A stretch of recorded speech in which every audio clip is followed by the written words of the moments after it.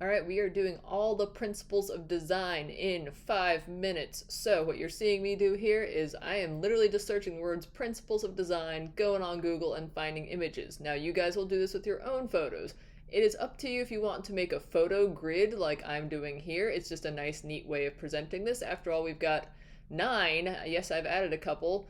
Principles of design we are getting in here. So I'm taking my picture I've got for contrast right now, showing a contrast of color. When I put it in there, I said paste in to make sure it fit in the frame. I resized it, and we should know how to do that at this point. Now, I want to find something for emphasis. Emphasis and contrast should be different, because contrast is about showing differences. Emphasis should have one thing standing out. And if I'm going to have one thing stand out, I want that to be in the middle, not at the bottom. So I'm going to come back and fix that. All right, balance. Remember, you've got symmetrical balance, you've got asymmetrical balance, you've got radial balance. What I'm seeing here are like a lot of drawn versions of things. I like the fact that I could find a couple of interior photos, and it looks like I probably just kind of went back and found something a little bit better. Generally, think about these in terms of photography. That's the point of our project here. We are looking for photos that show good stuff. Ooh, that's a good one for scale there. Maybe I'll come back for that. But no, I found one that I liked, and I'm going to put that there. So, remember when you're resizing stuff that the little hand is a good way to move stuff around? Just keep that in mind as you see me doing this. All right, pattern. Remember, pattern's just going to be repeating kind of almost anything as long as it's following a certain set of rules. And I'm just going to take that pattern, found one I liked real quick. There we go. I knew I put emphasis in the middle there eventually.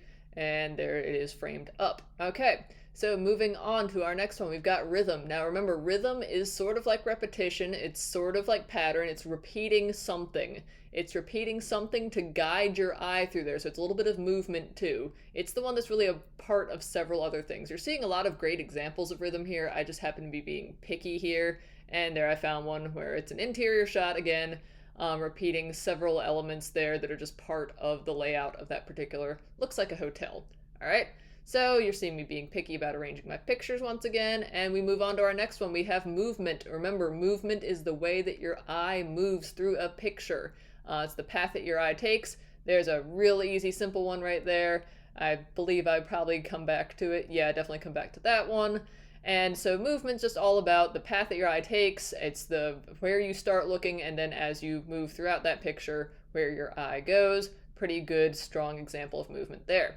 All right, moving on to our next example, we have unity. Unity is when everything looks like it belongs together. Nothing stands out.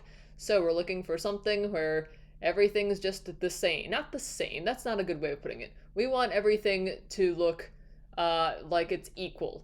We don't want one thing to stand out. We don't want one dominating feature.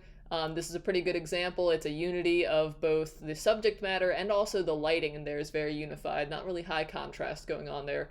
All right, variety. Here's one I kind of threw in this year. So variety is exactly what it sounds like. It's showing a variety of different things, lots of different elements coming together. So this is kind of an interesting one. I end up coming back to this example because what it's showing actually is a variety of textures. So remember, you can blend different elements of art in there. It can't always just be, oh, value or oh, color.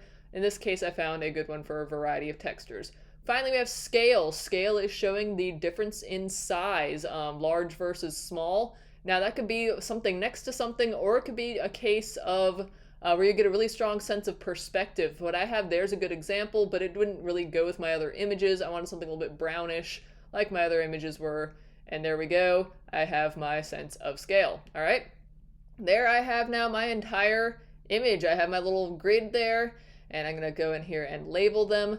In conclusion here, we got contrast, showing differences. Light versus dark, colorful versus black and white, any kind of difference. We have balance. Balance is all about, remember, you have your different types of balance, symmetrical, radial, and asymmetrical. Movement, the way that your eye moves throughout a picture. Pattern, or repeated element, going to follow some certain rules. Emphasis, something stands out. Unity, everything looks like it belongs together.